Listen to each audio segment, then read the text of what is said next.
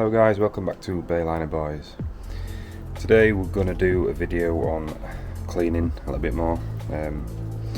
We've ordered some parts for the outdrive, which you can see currently sat here waiting. So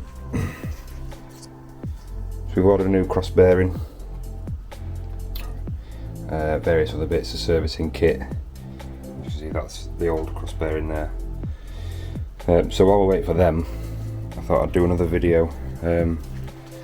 Obviously we've cleaned the whole of the outside of the boat and the deck, but the engine in the boat is a complete mess. So we're going to look at doing that today. So I'll show you how it looks at the moment, and then I'll show you what we want to do. So this is the state of the engine bay at the minute.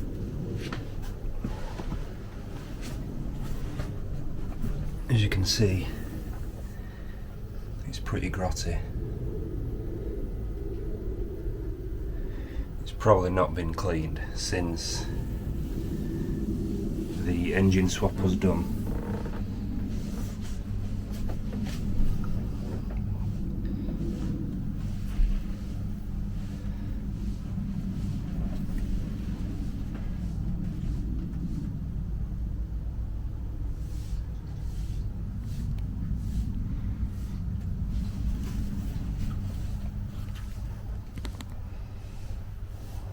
So yeah, pretty mean. So I'll show you what we're going to use to clean it, and then we'll crack on. So obviously what we need to do is make sure the first thing that we do is don't get water or on any electrics, and obviously water doesn't mix well with metal work either. So it's not a case of just blasting the whole thing and getting it wet and then washing it down. It's going to have to be a bit more methodical than that. So what we're going to use is this TFR. So this stuff that we use to clean the boat, it'll do well in pulling up any grease, oil, anything like that. I'm going to use some brushes just to get in between all the little nooks and crannies. I've got a little bit of Demon Machine. You use this for kind of cleaning your bikes and motorbikes down, so that'll help at getting rid of any oil, tree sap, anything like that that's sticky as well. But to ensure that we don't get the engine too wet or any of the electricals, we're going to use this, which is a little turbo fan essentially. So the process is we'll give it a spray, brush it down, hose it quickly with water, and then just dry it off immediately with this. We need to make sure it's all dry when we're finished, otherwise we're going to end up with rust. It's going to get into electricals, everything else. So and then I've just got a long extendable brush just to get right under the engine bay where I can't reach, and then I'm just going to use a hose which is hooked up down there just to rinse it off. So let's crack on. So what we're going to do first, guys, is just get in and pick up as much rubbish as we can. Might actually need that, so I'll keep hold of that.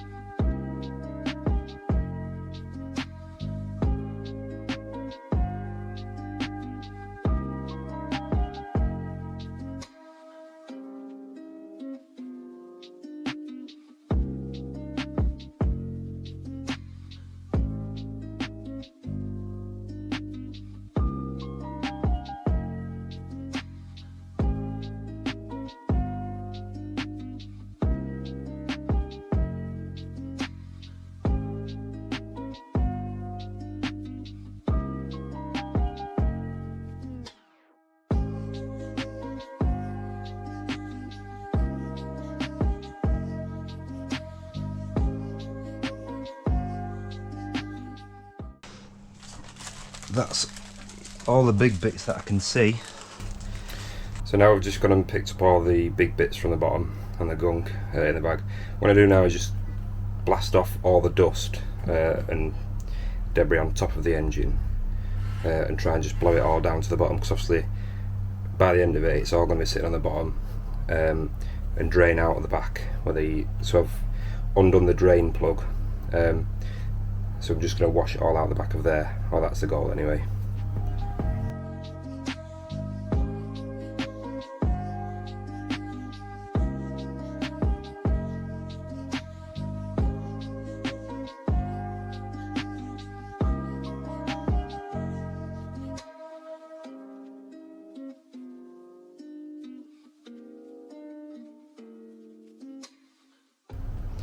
So now that's done, it's blown away most of the debris. A lot of it was from when I had to cut out the back at the top of the fire guard. I'll just show you here. So a lot of it was from that, which was all just sat in all the grooves on the engine. So it was like fiberglass and wood, so I needed to get all that out really. So now what we're going to use this Demon Shine and just liberally spray, trying to keep it away from the carb. We don't want to get anything in there.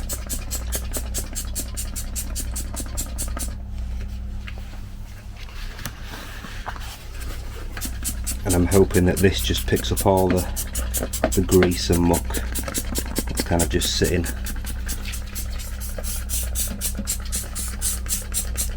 Trying to keep away from any electrical connections. Obviously nothing's on, so we're just going to make sure that it's nice and dry when we're done.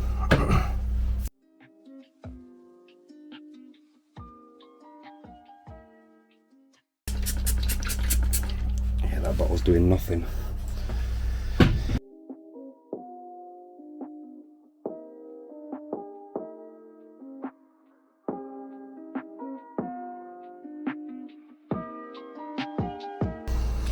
Right, now we've got some cleaning product on. What I'm going to do is just work this brush into all the little bits and try and just lift it all up, break up all that dirt as much as we can.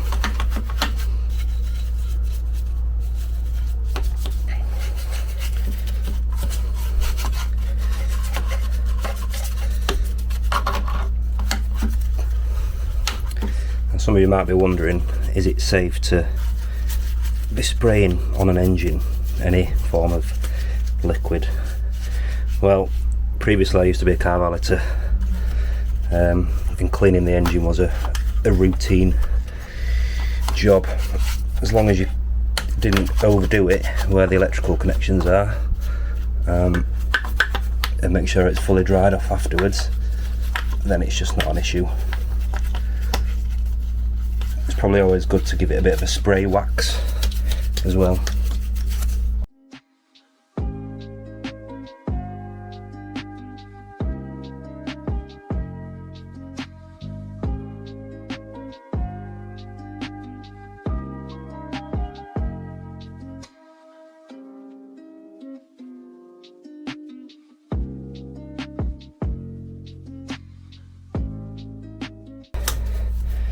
I think that'll just about do.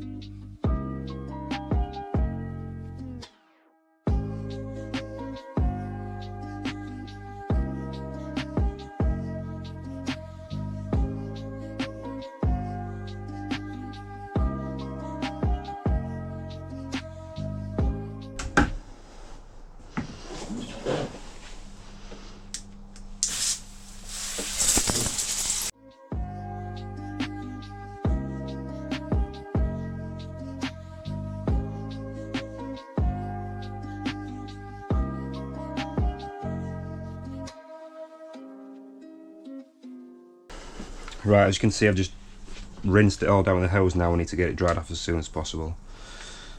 So we're going to use this little fan, blast all this water out.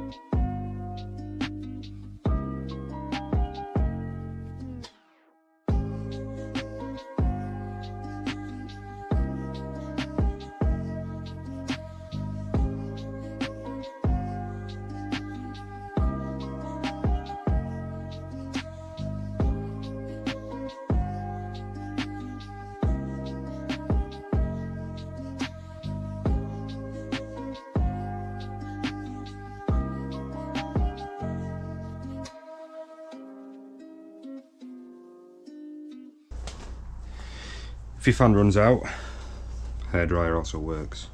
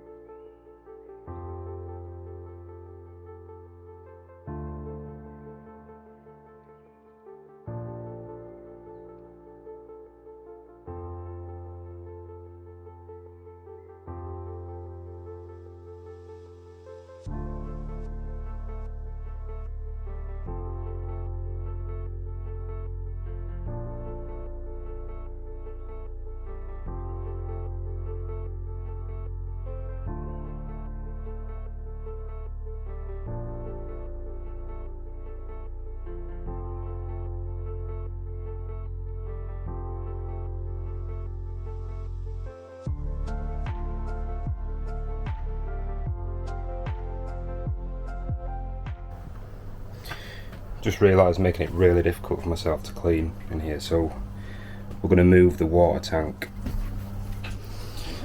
As you can see, to get behind all of there, I'm just going to have to take it out.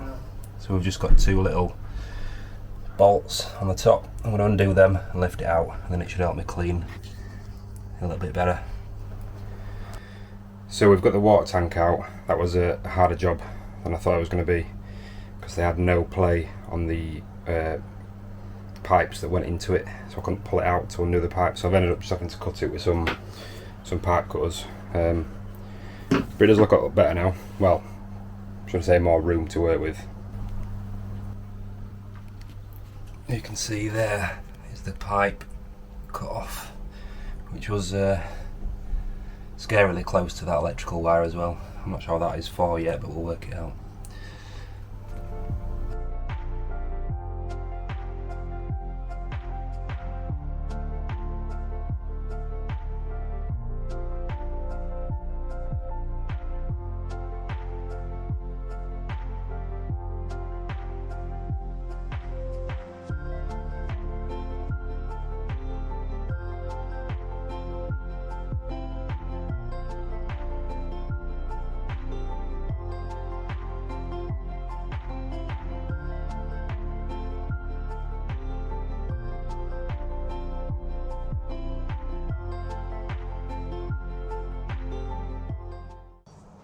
So guys, we've cleaned most of the outsides now, but now we need to get right in underneath the engine. It's difficult to reach, so we're going to get in with a hose pipe and the extendable brush.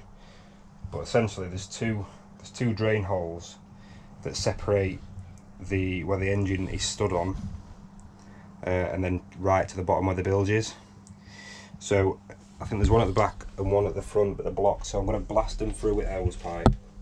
This is important now where I mentioned you need to take the drain plug out of the back of your boat, because all this is going to go into the back and then hopefully out of the back of your boat rather than up through your bilge pumps.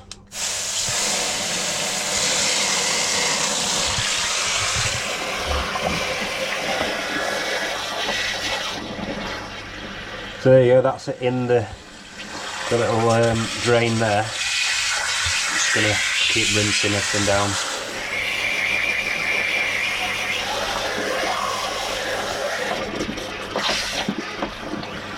I can see it actually coming out the other end. I will see if you see it.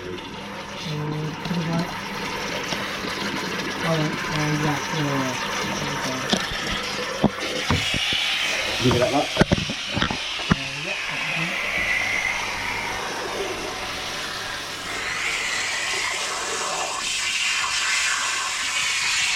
So there isn't one at this side, so it's just at the back. Nice.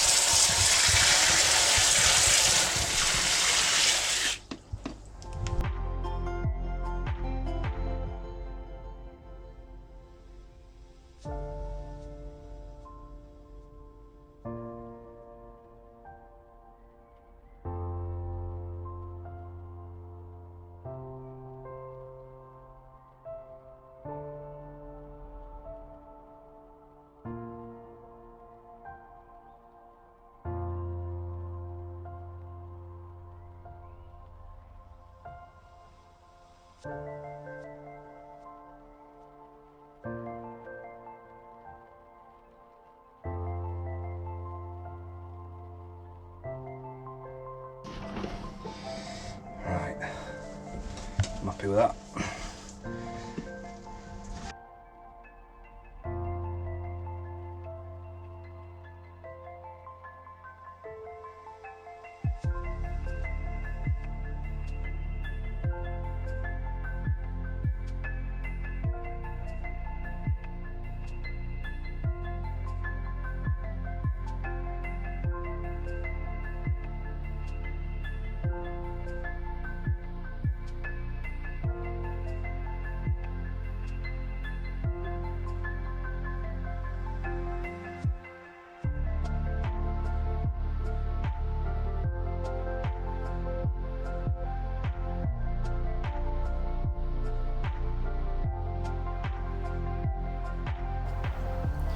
Hi guys, so we actually lost daylight last night, which is why I didn't kind of do the aftershot last night because it was too dark to see anything, but we did manage to get it clean, or as clean as we possibly can get it.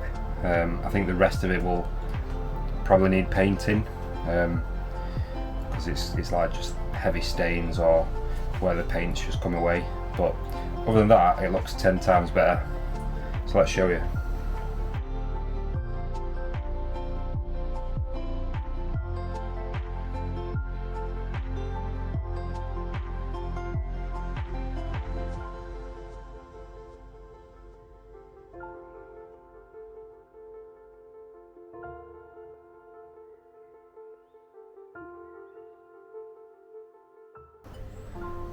So obviously here is where the water tank went.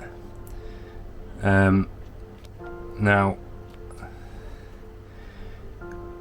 it looks a bit grubby. I think it's because it's not been painted underneath.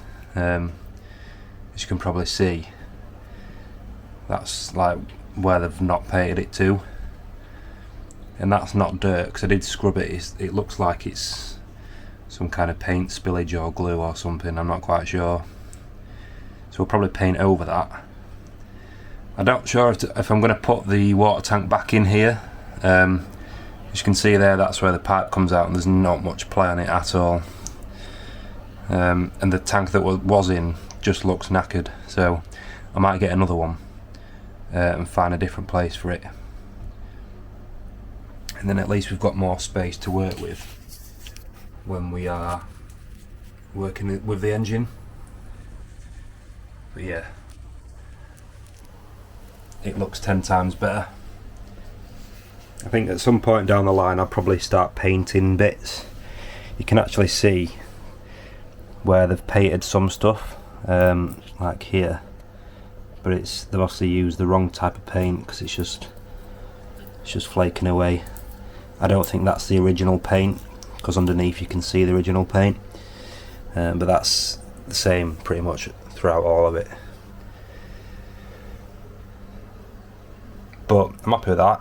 A little bit of paint, a little bit of cleaning, and it's come up like that. Still obviously need to sort the heat shield. The plan with that is to just take it all off.